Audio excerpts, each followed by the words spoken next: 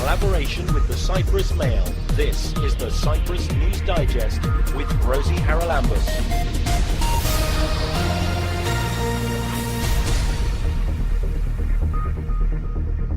Coming up on the programme this week, Telecare can cut out regular visits to the doctor and allow you to be treated at home. It was a physiotherapist that would normally go to each patient individually, even daily, but due to our system you can log on and you can do group calls. The Estonian Minister for Entrepreneurship explains the opportunities presented by Europe's space programme. What we are trying to do in our space programs is to use the data and use the possibilities and the opportunities of what space gives us for the benefits of our companies, of our economy. We ask what the new law governing Cypriot NGOs entails. You need to hold annual general meetings. If your income is more than 40,000 euros, then you need to present audited accounts. And the magic table, bringing fun and motivation to people suffering from dementia.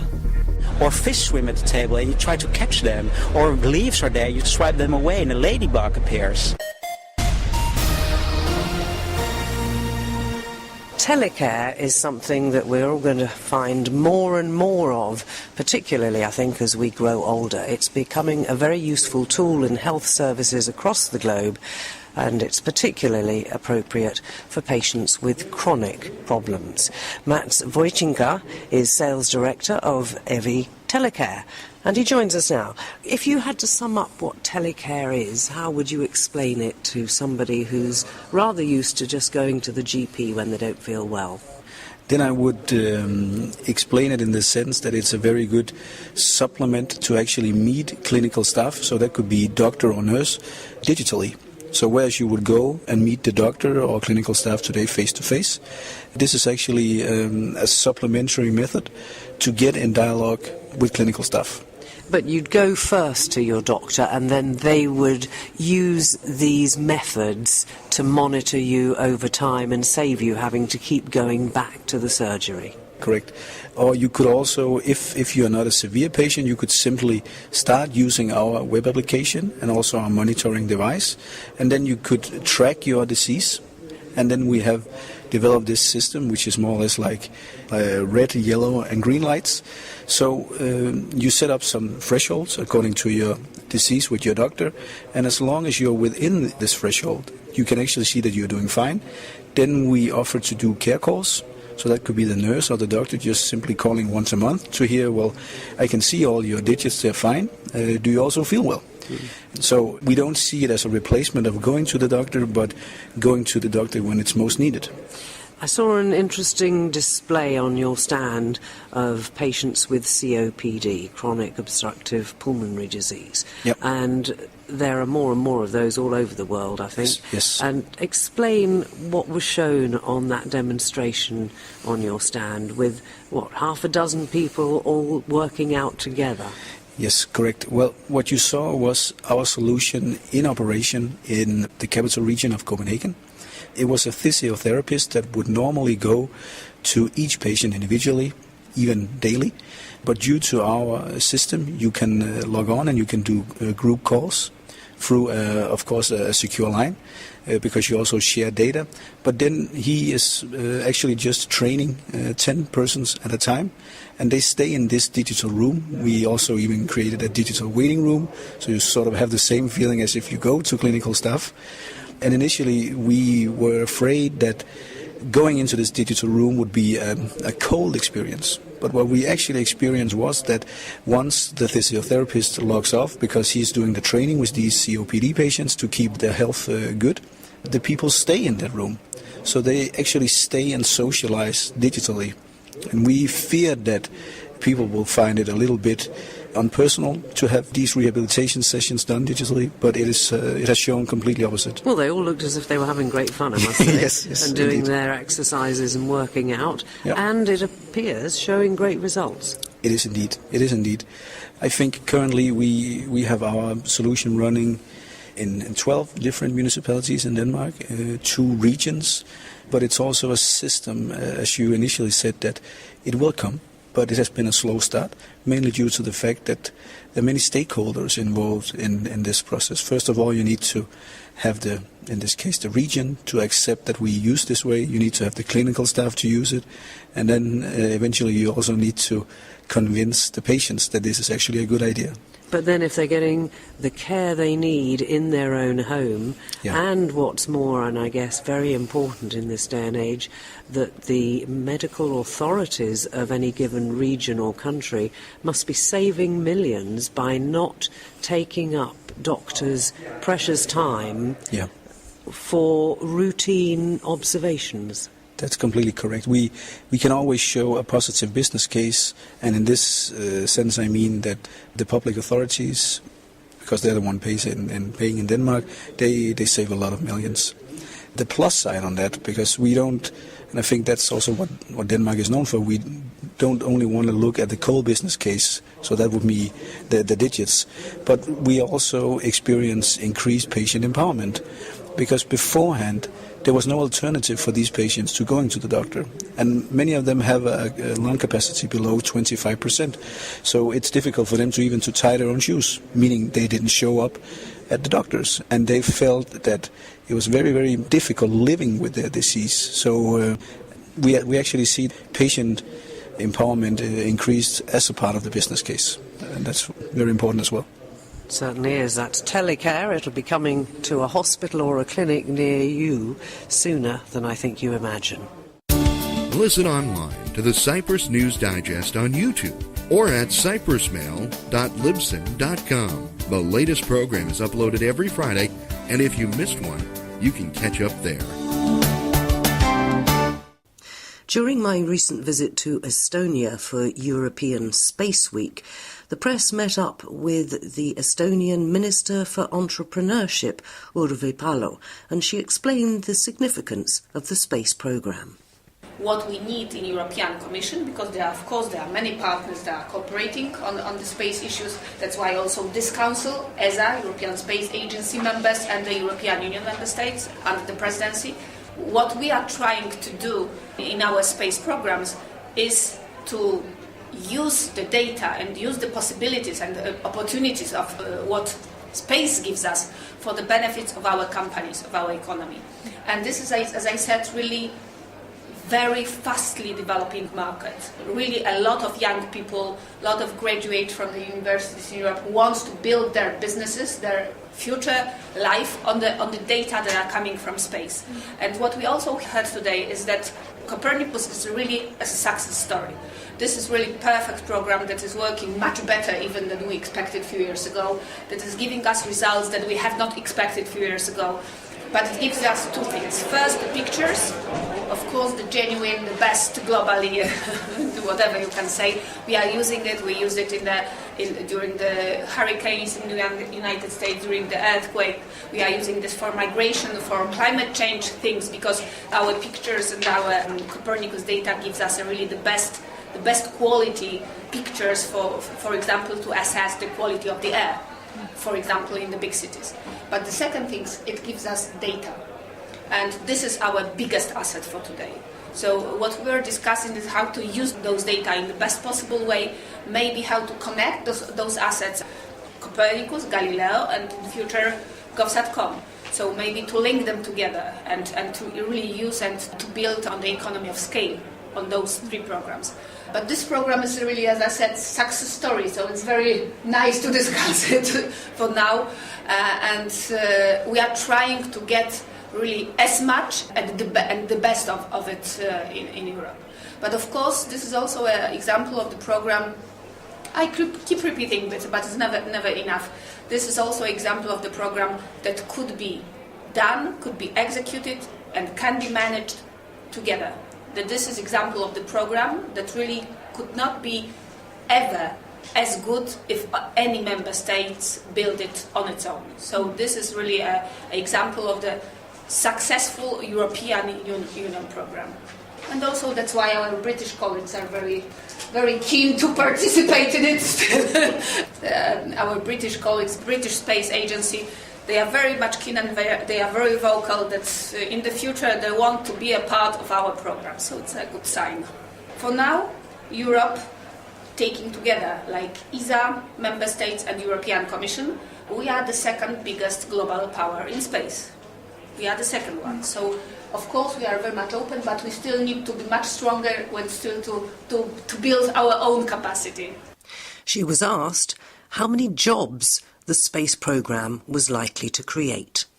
We saw from the presentation of the companies that 63% of the whole sectors are companies that are employing up to 200 people, yes, and 93% are those which employ up to 50 people. So most of them are small and medium-sized companies, even startups.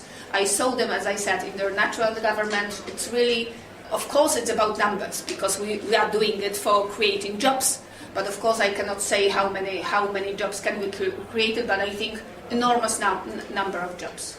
This is important, really, that European people, European graduates, feel that they are able to build such companies, first, their own companies, and second, that it's easier than anywhere else to have the data, to get them for free, because it's a free, open data market that we want to create, and this is the most important.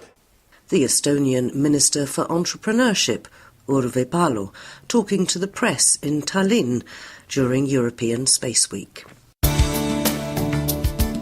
Keep up to date with events in Cyprus and around the world with the Cyprus News Digest. In collaboration with the Cyprus Mail, this is the Cyprus News Digest with Rosie Charalambous. The biggest achievement of Crime Stoppers has been the ability of the public to be able to give information about crime anonymously. There's no way I could have kept prostituting without the drugs. There's no way I could have had my body used like a public toilet, because that's actually what prostitution is. And then the fourth series I started 3 days after I'd won the Oscar, so the whole of the Monarch of the Glen experience was all interplatted with the Gosford Park Oscar experience. I was working with Ronnie James Dio, and David was going to reform Whitesnake in 2003. Cyprus was chosen because Cyprus is a stable, peaceful and secure place. We have to really look closely. What are we doing with children? What are we doing with adolescents? And what are we doing with adults that can help them move into a more literate situation? The ones that I'm proudest of are the ones that were true discoveries, where we found something we didn't know existed. Not so long ago, our Parliament, after discussion at the House Interior Committee, passed a new law governing the way NGOs on the island work. Eleni Mavru sits on that committee. She joins us to try and clear up some of the misunderstandings and clarify what the law now says. So what does it now say? What was it that you felt you needed to clarify? The law is actually an umbrella law because it has provisions that apply to a huge number of organized groups, more than 4,500 organizations. They come under different names. Some may be called associations, some may be called movement or organization, but they are all acting under the law for NGOs. So it applies to very different situations, and it gives a lot of lenience, freedom to each organized group to arrange its own mode of operation. With this new law, we try to simplify things. Instead of having different laws for NGOs, for clubs, for foundations, now everything is under one law. And it's the basic guidelines that are included in this law. So what are those guidelines? For example, that to be registered as an NGO, you need to have at least 20 persons. And you need to be open For new members, you need to hold annual general meetings. If your income is more than 40,000 euros, then you need to present audited accounts. You need to present accounts anyway, but not necessarily from a professional charter accountant. Wouldn't that simplify things, though, if all organisations that worked under the umbrella of NGO or charity or whatever had to have audited accounts, because that's all part of cleaning up the corruption in Cyprus, isn't it? And I think this was one of the problems anyway. It was one of the problems, because one of the arguments heard was that NGOs in the past were used just as a front for distributing money to various directions. But at the same time, we have to take into consideration small NGOs of 20, 30 persons who collect 500, 1,000 euros every year, or who collect material, not money, and donate it to people in need or wherever. So the effort was to have a law that is simple enough and broad enough to work in all cases. But because there are so many different types of cases, you can't really have a one-size-fits-all, and some, I think, have had to make changes. So, again, there's this sort of lack of understanding of what is required. Is there a simple way that people can find out what needs to be done if they're a member of an organisation, and how they can stay on the right side of the law but continue to do the work they're doing? Yes, the Ministry of the Interior has prepared a guide for the changes that need to be made to the constitution of the various NGOs, if there is a need for changes, because in most cases constitutions are... people do a copy-paste, actually, don't they? Yeah, they're based on a template. So this applies mostly to NGOs that were formed years ago, and they need to make changes to their constitution. There are, for example, NGOs who are not obliged to hold annual general assemblies, or they do not inform the Ministry of Interior for changes of their address or their governing board. So these now have to change. It's not, you have to take into consideration that 4,000 or 5,000 NGOs is a number that doesn't really represent reality. A lot of them were created for a specific purpose, and they're not working anymore. So it will be an opportunity to... Oh, you're going to have a quick sweep of the cupboard? Yeah. All right, so if an NGO hasn't been active, is there a deadline for a certain amount of time upon which the Interior Ministry can deregister it? They have a year since July to make the necessary changes, if needed, to their constitution, and supply their contact information, their governing board to the Ministry of the Interior to be included in the new registry. If that doesn't happen, then the minister has to inform the NGO that they have 3 months to comply.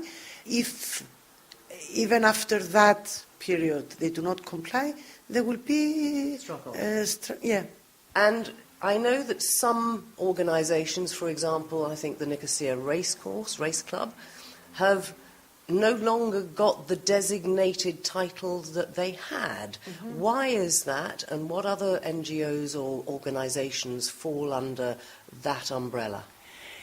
Please take into consideration that the issue is not the name. So an NGO can still be named club, leschi in Greek, as long as their mode of operation applies to the new law. In the case of the horse racing club, for example, obviously it doesn't fall under the category NGO. So they have a year to decide if they will become a company or be registered under a different law. That means, of course, that they have other obligations to comply to. But this is the case in the specific example. There are, for example, small village associations that are named clubs, but they operate as an NGO. So they will just have to see if there is a need to change their constitution. They don't need to change their name, but their mode of operation. You've also got a different category, I think, for registered charities, which most people consider to be NGOs. Again, there's confusion. What's a charity? What's an NGO? Yeah. A charity obviously is non-profit. Because they are registered, they enjoy tax exemptions and other benefits from the state. And in that case, the procedure for being registered is more rigorous. I mean, it goes through the Ministry of Finance as well. The control, the audit procedures are more strict, but to be able to use the title registered charity, I think these audit measures are necessary. People who donate need to feel comfortable that the organization they are donating to will use the money for the purpose they are saying. Yeah. Now let's talk about the fact, though, that a lot of these charities and NGOs are run by volunteers.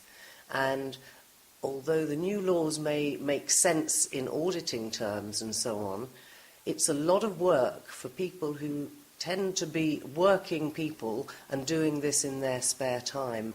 Is there no way that it can be simplified? I'm thinking of the paperwork, for example, so that you're not discouraging charities and NGOs who are contributing to our community from doing the work they do? We've already received various comments from NGOs about the new law. As you understand, it was a very complex law, trying to cover very different things. So we are waiting for this year of compliance to be concluded, and then we will discuss necessary changes to the law. I agree with you that simplification is important. Okay, there are NGOs who are, in fact, big organizations who employ people, who deal with a lot of money. But at the same time, there are NGOs, small groups of people who are just doing their best in their spare time, and we need to facilitate them as well. But we think it's better if the new law is allowed a period to be implemented and then decide what are the difficulties behind it. So that looks like it'll be sometime around next summer or when Parliament convenes next autumn. We've been talking to Eleni Mavru, a member of our Parliament, who was on the committee that drafted the new NGO law. You can subscribe to the Cyprus News Digest on iTunes for free and get the program downloaded to your phone or tablet so you can listen anytime, anywhere. Stuart Wennickers is an international business developer, and he's going to tell us about a fascinating toffer table. That's the magic table that was, I think, designed in Holland, but is now finding its way around Europe. Tell us what it is, because it's absolutely fascinating. Unfortunately, we can't show people on the radio. Too bad we can't. No, it's a game system for elderly people with severe dementia who live in care homes. What you see with people in their dementia journey, at a certain point they lose the ability to activate themselves. So when they live in a care home, and if they don't get any input, they will just sit in a chair and do nothing. They will get bored, they will get depressed, and they can even get apathy. with our game system we can break through that apathy and we can activate people again, and with that we improve quality of life. So it's a motivational game in a way. It is. Except that it's not, because the one I've seen, it's just simply having fun. It is, but don't be fooled. Having fun, especially when your brains are damaged because of dementia, is the motivation in itself. It is, absolutely. And imagine yourself living in a care home, sitting in a chair, doing absolutely nothing, and all of a sudden, at the table where you're sitting at, flowers appear. And as soon as you touch them, they will grow in size. Or fish swim at the table and you try to catch them. Or leaves are there, you swipe them away and a ladybug appears. I mean, that kind of bewilderment that happens, that the parts of the brains that are still functioning get activated again and people feel enjoyment and excitement. It's interesting that when you described it there, I was thinking immediately of kids stamping in puddles or kicking up leaves. Are the games, in a sense, designed to take elderly people with dementia back to the joys of their childhood? Well, it's more like basic fun. It's more like basic play. And it's the same kind of things that children really love to play with. And well, secretly, almost every adult like to, but we have to be serious. That's why I'm wearing a suit. I have to be a serious business guy today. But secretly, I also like to play and run around in the forest and play with leaves. Yeah, but with dementia sufferers, very often they rely largely, don't they, on memories of a very, very long time ago, because their recent memory has gone. Absolutely, and that's why most of the images we're using are nature-themed, like leaves, flowers, fish, all that stuff. So very unthreatening as well. Also because they still know what that is. If we would use games with cars or rockets or stuff like that, big chance they've got no idea what that is. So we use images that are so much, deep in their core memory, in their core brain, that they still know what it is. And you just got to put a projector over the table, switch on, and then choose which visuals or game you want to play. Absolutely.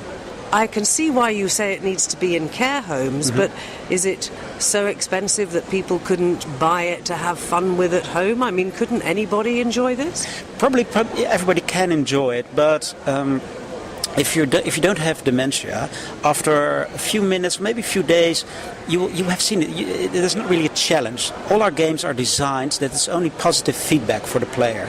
Normally when you play a game, whether it's a big online computer game or just kicking a ball around with your cousin on the street, there's always a combination between positive input, like winning something, and negative input, like losing something. With our games, they're only positive. You can't do anything wrong. You only get positive feedback from the games. So excuse me for better wording, but for normal people without dementia, the lack of challenge, the lack of negative feedback from the game, it's not challenging. So after a few times, people have seen. So it wouldn't be a bestseller, let's put it that way. No, yeah, that's true, yeah. And also, it's the result of a large PhD research program done by 2 Dutch universities, and it's specifically tailor-made for this group of people, so middle to last stage dementia.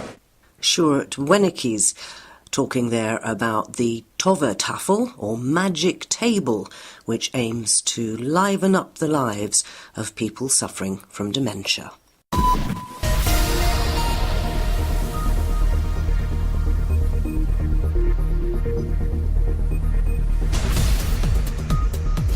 Well, that about wraps up this edition of the Cyprus News Digest. Many thanks for your company.